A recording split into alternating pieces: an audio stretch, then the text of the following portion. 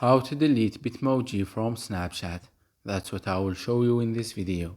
But before we begin, make sure to subscribe to the channel and ring the bell to get notified whenever a new video is uploaded. With that said, let's get started.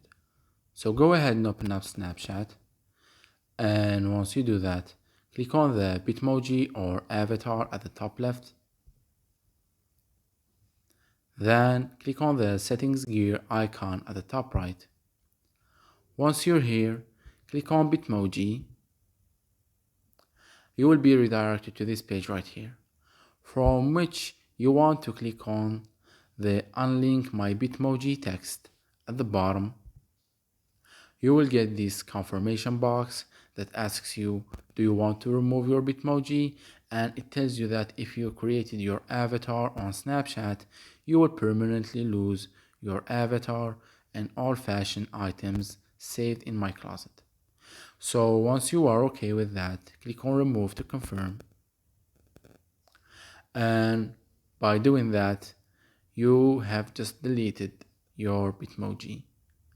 It's that easy and simple. And you can always create a new one whenever you want.